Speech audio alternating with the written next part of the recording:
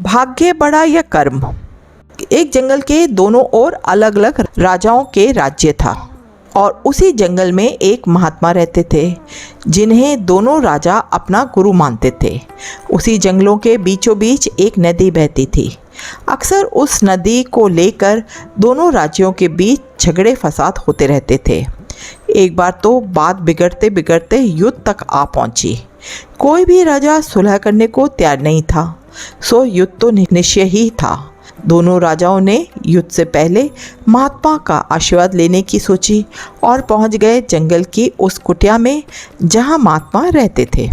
पहले एक राजा आया, उसने महात्मा से युद्ध में विजय का आशीर्वाद मांगा। महात्मा ने कुछ देर उस राजा को निहारा और कहा कि राजन, तुम्हारे भाग में जीत नहीं दिखती, आगे ईश्वर की मर्जी। यह सुनकर पहला राजा थोड़ा विचलित तो हुआ, फिर उसने सोचा कि यदि हारना ही है तो पूरी ताकत से लड़ेंगे, परंतु यूं ही हार नहीं मानेंगे, और अगर हार भी गए तो हार को भी औरों के लिए उदाहरण बना देंगे, परंतु आसानी से हार नहीं मानेंगे। यह निश्चय कर वह वहां से चला गया। दूसरा राजा भी जीत का आशीर्वाद लेने महात्मा के पास आया, उनके पैर छुए और विजयश्री का आशीर्वाद मांगा। महात्मा ने उसे भी कुछ देर निहारा और कहा कि बेटा, भाग्य तो तुम्हारे साथ ही है। यह सुनकर राजा तो खुशी से भर गया और वापस जाकर निश्चित हो गया जैसे कि उसने युद्ध तो जीत ही लिया हो। अतः युद्ध का दिन आया। दोनों सेना एक दूसरे के आमने सामने थे और युद्ध का बिगुल बज गया। युद्ध प्रारंभ हो चुका था।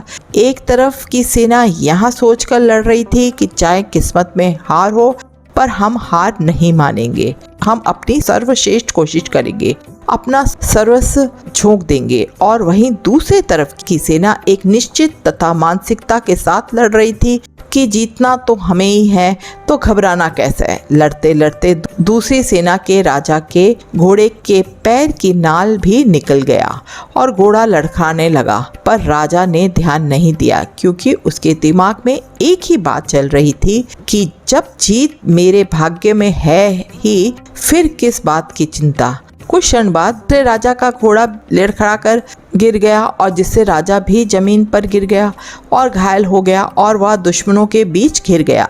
पहले राजा के सैनिकों ने उसे बंधक बना लिया एवं उसे अपने राजा को सौंप दिया।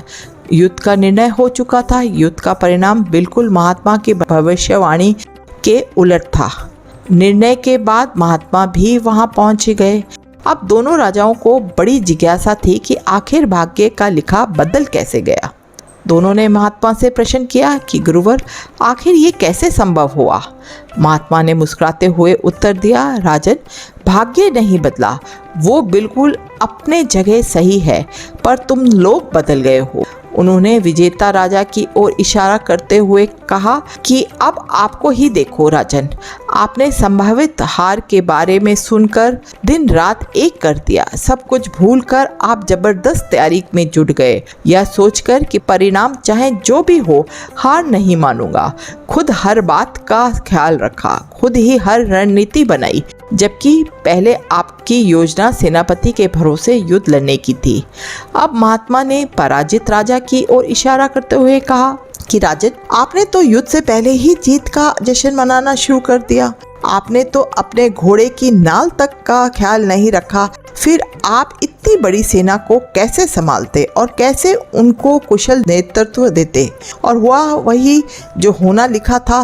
भाग्य नहीं बदला, पर जिनके भाग्य में जो लिखा था उन्होंने अपना व्यक्तित्व बदल लिया। फिर बेचारा भाग्य क्या करता। दोस्तों, हमें इस कहानी से यह सीख मिलती है कि भाग्य उस लोहे की तरह है, वही खींचा चला जाता है जहां कर्म का चुंबक हो। यदि आपको कहानी पसंद आई हो तो वीडियो को लाइक एंड शेयर जरूर करें। चैनल पे नए हैं तो चैनल को सब्सक्राइब जरूर करें। वीडियो को अंत तक देखने के लिए आपका तहे दिल से शुक्रिया। चलिए मिलती हूँ किसी और वीडियो में, तब तक के लिए राम राम, शब्बा खैर, अपना ध्यान रखिएगा।